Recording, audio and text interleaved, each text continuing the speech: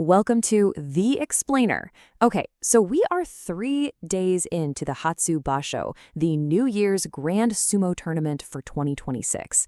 And let me tell you, the story that's shaping up is definitely not what anyone saw coming. All right, 3 days are in the books. Now, in a 15-day tournament, that's really when you start to see the first real patterns emerge, right? It's where the dust starts to settle. So, the question on everyone's mind is a simple one. Who's got a perfect start? Who's managed to get through that opening chaos without a single blemish on their record? You know, they say the Hatsu Basho is a marathon, not a sprint. But man, a strong start is absolutely critical. An early loss, that just piles on the pressure. But if you start undefeated, well, that builds the kind of momentum that can carry you all the way. And after day 3, we're really starting to see that separation between the true contenders and, well, the pretenders. Okay, so let's just get right to the good stuff. Who's leading the pack in the premier Makunouchi division? Who's sitting pretty with a flawless 3-0 record and, believe me, a very surprising early lead for the Emperor's Cup? So here they are, 4 guys, all with perfect records. You've got Kishikaisei, Yamashiro, Norizo, and Rupatengu. I mean, they're sharing the lead, and they're in a fantastic spot heading into the rest of the week. But, and this is the big but, the real story here isn't just their names, it's their ranks. Take a look. And bam, here it is. This is the first huge surprise of the tournament. Just look at those ranks. We're talking Makushita 7, Makushita 8, 12, even all the way down at 18. I mean, in the whole sumo pyramid, these are the rank and file guys. These are not the yokozuna, not the ozeki, none of the top dogs. So what does that mean? It means the top of the leaderboard is just pure, beautiful chaos. And you gotta love it. Okay, so that's the big question, right? If the lower-ranked guys are perfect, what in the world is going on with the top brass? Let's check in on the champs. You know, the yokozuna and the other big names in the sanyaku ranks. All right, so it's not all bad news for the establishment. There is a very powerful group lurking just one win behind the leaders. Check it out.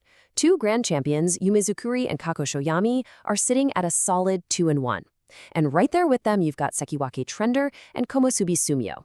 Yeah, they've each dropped 1 match, but trust me, they are right in the thick of this thing. But while some of the champs are keeping pace, others are, well, they're in some serious trouble. For a few of the sport's biggest names, these first 3 days have been nothing short of a disaster. And you know what that means? Major drama is brewing for the rest of this tournament. And this really tells the whole story, doesn't it? It's a tale of 2 yokozuna. At the very highest rank, you've got this wild contrast. On one side, you've got 2 grand champions, Yumezukuri and Kakoshoyami, who are right in the mix. But on the other, oh boy, you have Yokozuna Pandazuma, who has had an absolutely shocking start to this basho. 0. Just let that sink in for a second. That's how many wins a reigning grand champion has after 3 full days of fighting.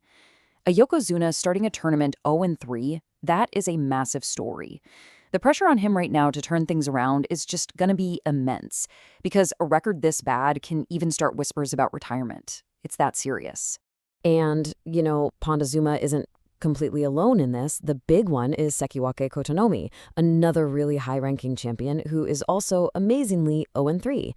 Then you've got this handful of Magashira who are all in the same boat, just desperately looking for that first win to get on the board. So while all these titans are stumbling up in the top division, there is an absolute war being fought just one level down. The fight for promotion, man, that's where you see some of the most intense, desperate competition in all of sumo. This is where guys are fighting to make their dreams happen or see them get crushed. And this chart just shows you how fierce that battle really is. So up top in Makunouchi, we know there are 4 undefeated guys. Drop down to the 2nd division, Juryo, and that number shrinks to just 2.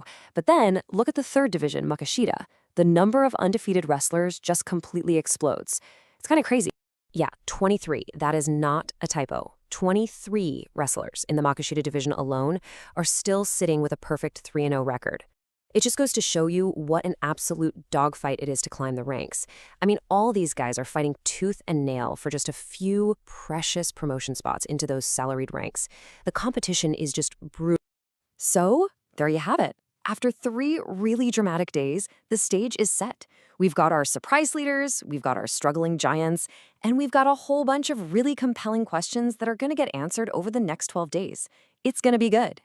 And really, it all boils down to this. This is the central tension of the whole tournament right now. Can these underdog Makushita leaders keep their dream runs going? Or are the champions going to reel them back in? And, of course, the big one. Can a struggling Yokozuna Pandazuma save his tournament and maybe even his career? He's got to start wrestling like the grand champion he is. Seriously, day 4 cannot get here soon enough.